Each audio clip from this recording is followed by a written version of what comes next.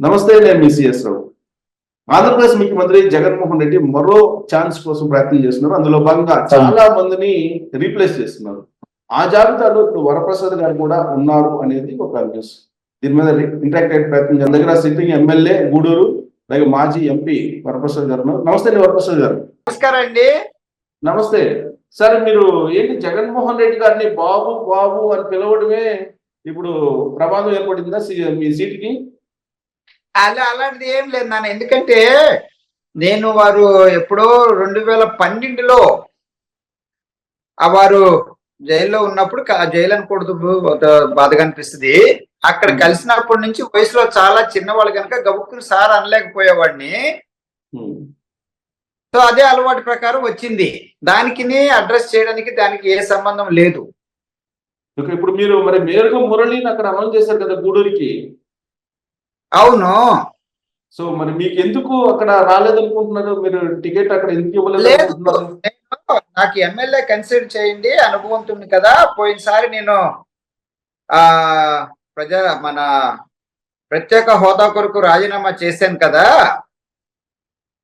So అది ఇస్తే బాగుంటుంది నా అనుభవానికి, నా వయసుకి అని చెప్పి నేను కోరడం జరిగింది. జరిగితే వారు అన్నారు ఇక నా దృష్టి పెట్టలేదన్నా, నేను ఎంపీకి అని చెప్పారు. కానీ తర్వాత నా గుండెలో కూడా, నా మనసులో కూడా మీరు ఉన్నారని చెప్పి చక్కగా స్పష్టంగా చెప్పారు. వారు వేరే ఏమన్నా తిరుపతి ఎంపీ కూడా అనౌన్స్ చేశారు కదా, తిరుపతి ఎంపీ క్యాండిడేట్ కూడా అనౌన్స్ చేశారు.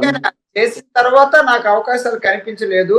అందుకని నేను ప్రజల్లో ఉండాలని చెప్పి కోరుకుంటున్నాను కనుక, అందుకే నేను ఐఏఎస్ కూడా రాజీనామా చేసి వచ్చాను కనుక, నా ఆరోగ్యం కూడా జాగ్రత్తగా చూసుకుంటాను, ఎప్పుడు ప్రజల్లో ఉంటాను కనుక చాలా అభివృద్ధి పనులు కూడా చాలా బాగా చేశాను. ఇక్కడ అందరితో కలిసి వెళ్తుంటాను, సామాజిక న్యాయం కూడా బాగా పాటిస్తాను. అందుకని చెప్పి నాకు ఇవ్వమని చెప్పి నేను కోరాను. సో అది వారి ఉద్దేశం ఏమిటో తెలియలేదు. అప్పుడు కలవడమే, నేను మళ్ళా కలవలేదు. నెక్స్ట్ మీ యాక్షన్ ప్లాన్ ఏంటి సార్? మరి ఏం లేదన్నా, అవకాశం వస్తే నిలబడాలనుకుంటాం. ఎందుకంటే నేను ఐఏఎస్ విడిచిపెట్టి వచ్చింది, ఇంకా ఆరోగ్యంగా ఉన్నాను కనుక ప్రజల్లో సేవ చేయాలని చెప్పి నేను కోరుకుంటాను కదా. అదే ఎందుకంటే ఇక్కడే 365 రోజులు కూడా నా ప్రజలకు అందుబాటులో ఉంటూ, కుటుంబాన్ని కూడా దగ్గర రానివ్వకుండా, నాకు పనులకు ఆటంకమేమో అని చెప్పి నా కుటుంబాన్ని కూడా దూరం పెట్టాను. అవును, మీరు సేవ చేస్తుంటారు. మీరు ఆల్రెడీ ఐఏఎస్ వదిలిపెట్టేసి వచ్చారు, కొంతమందిని చదివిస్తున్నారు, మీరైతే సేవ చేస్తున్నారు. కానీ ఇప్పుడు పార్టీకి మీ సర్వేలో మీకు మార్పులు లేవంటున్నారు కదా ఆయన. లేదు లేదు లేదు, అది పొరపాటు అయిన మాట. అది సర్వేలు అన్నది చాలా పొరపాటు అయిన మాట. వారు సర్వేలు నా చదివి వినిపించినప్పుడు వారు మనిషి ఒక ఐఏఎస్ ఆఫీసర్ ఎందుకో పొలిటికల్ ఇన్ఛార్జ్ పెట్టుకున్నారు. వారు చెప్పింది చూస్తే ముఖ్యమంత్రి గారికి 59 అయితే నాకు 57 అని చెప్పారు. ఏ ఒక్క ఎమ్మెల్యే కూడా ముఖ్యమంత్రి గారి దగ్గరికి రాలేదు, నాది చాలా బాగుందని చెప్పారు. ఎవరు? ధనంజయ రెడ్డి గారా? అంటే అనుకోవచ్చు, మరి ఐఏఎస్ ఆఫీసరు పాలిటిక్స్ చూసేది వారే గనక. వారితోనే మాట్లాడాను, వారే చూశారు. సో తర్వాత నేను అలాంటి అంటే ఒక సర్వేలో తప్పు వచ్చేంత పొరపాటు ఏం చేయను. అంత అనుభవంతుడిని. కావాలని నేను రాజకీయాల్లోకి వచ్చినప్పుడు ప్రజల్లోనే ఉంటాను కనుక, అండ్ నా పార్టీకి ఏ రోజు కూడా చిన్న పొరపాటు చేయలేదు, మాట రీత్యా గానీ ఆలోచన రీత్యా గానీ. అన్నిసార్లు నేను 100 సార్లు నేను పార్లమెంట్ లో మాట్లాడినప్పుడు కూడా నా పార్టీకి ఎంత ప్రాధాన్యత ఇచ్చానో, నా నాయకుడికి ఎంత ప్రాధాన్యత ఇచ్చానో నాకు తెలుసు, అందరికీ తెలుసు. కానీ ఇప్పుడు మిమ్మల్ని ఆయన దూరంగా పెట్టారు కదా. దూరంగా అని కాదు, వారెవరికో కావాల్సిన వారికి ఇచ్చుకున్నారు. దూరంగా అన్నదా, నన్ను దూరంగా పెట్టారన్న దానికంటే వారు కావాల్సిన వారికి ఇచ్చుకున్నారు. ఎందుకంటే నేను ఉన్నమాట సూటిగా చెప్పే వ్యక్తిని. సో ఇది వరకు కూడా 2 సార్లు కూడా ప్రస్తావన వచ్చింది. వీళ్ళు ఎవరో వెళ్ళి కంప్లైంట్ చేసుకున్నారు, వరప్రసాదరావు ఉంటే ఒక సామాజిక వర్గం రాజకీయం చేయలేకపోతున్నారు అన్నట్టుగా చెప్పారు. అప్పుడు ఒక మీటింగ్ కూడా పెట్టారు. మీటింగ్ పెడితే అలాంటిది ఏమి లేదు. వాళ్ళెవరో 2-3 వాళ్ళ వ్యక్తిగత సమస్యలు తప్ప వేరే ఏమీ లేదు. నేను కూడా ఎవరైతే పాత రోజుల్లో ఇంకా ప్రజల మీద దౌర్జన్యంతో ఆధిపత్యం చేయాలంటారో అలాంటి వాళ్ళ మీద నాకు సమస్య తప్ప నాకున్న అగ్రకులాల్లో ఉన్న సామాజిక వర్గంలో 100%లో 95% నన్ను అభిమానిస్తారు. వాళ్ళ దగ్గరికి నేను వెళ్తాను, చక్కగా చేసుకుంటూ పోతాము. ఆ ముగ్గురు నలుగురు మాత్రం, ఎందుకంటే వాళ్ళ పాత పద్ధతుల్లో ఆ నియంతృత్వంతో అలా పెత్తందారితనం చేస్తూ ఉంటారు. అది సమస్య. అంతకు మించి వేరే ఏ సమస్య లేదు నాకు తెలిసినంత వరకు. చిన్న సమస్య కూడా జరగలేదు. మీరు ఉన్నత విద్యలు అభ్యసించారు, ఐఏఎస్. మీరు మిగతా వాళ్ళలాగా మాట్లాడలేకపోయారు, అందుకే జగన్మోహన్ రెడ్డి దూరంగా పెట్టారు, అంటే టికెట్ ఇవ్వట్లేదు అని చెప్పి అని అంటున్నారు. లేదు 12 ఏళ్ళు అయిన తర్వాత మాట్లాడలేకపోవడం, ఆ పొరపాట్లు అలాంటిది ఏమీ లేదు. ఏదో ఆ ఒత్తిడి వల్ల అలా జరిగింది తప్ప 12 ఏళ్ళు అయిన తర్వాత ముఖ్యమంత్రి గారే, జగన్మోహన్ రెడ్డి గారు నాతో చెప్పేవారు, అన్న మీరు ఫుల్ పాలిటీషియన్ అయిపోయారని చెప్పి వారే చెప్పారు. నా సలహాలు కూడా చాలా వరకు తీసుకున్నారు కొన్ని. మొట్టమొదటిలో నేను అక్కడ ఉన్నప్పుడు బీసీలు చాలా తక్కువైపోయారంటే బీసీ సామాజిక వర్గం కావాలని చెప్పి మీటింగ్ లో అందరూ పెద్దరెడ్డి గారు వీళ్ళందరూ ఉన్నప్పుడు కూడా నా సలహాలు తీసుకున్నారు. అలాగే కొన్ని సలహాలు కూడా ఇచ్చేవాడిని నేను. కానీ రీసెంట్ గా వరప్రసాద్ గారు రీసెంట్ గా వినిపిస్తుంది ఏంటంటే, ఎవరైతే ఎక్కువగా చంద్రబాబు నాయుడిని, లోకేష్ ని లేదా పవన్ కళ్యాణ్ ని దూషిస్తూ మాట్లాడతారో వాళ్ళకే ప్రాధాన్యత ఇస్తున్నారు. మీరు ఆ దూషణ అనేది మీరు చేయలేకపోతున్నారు అనేది కదా ఇప్పుడు వినిపిస్తుంది. అది ఒకసారి అలా అన్నప్పుడు కూడా నేను అలా చెప్పను అని కూడా చెప్పాను. నేను సాధారణంగా ఎవరిని దూషించే రాజకీయాలు చెయ్యను నేను.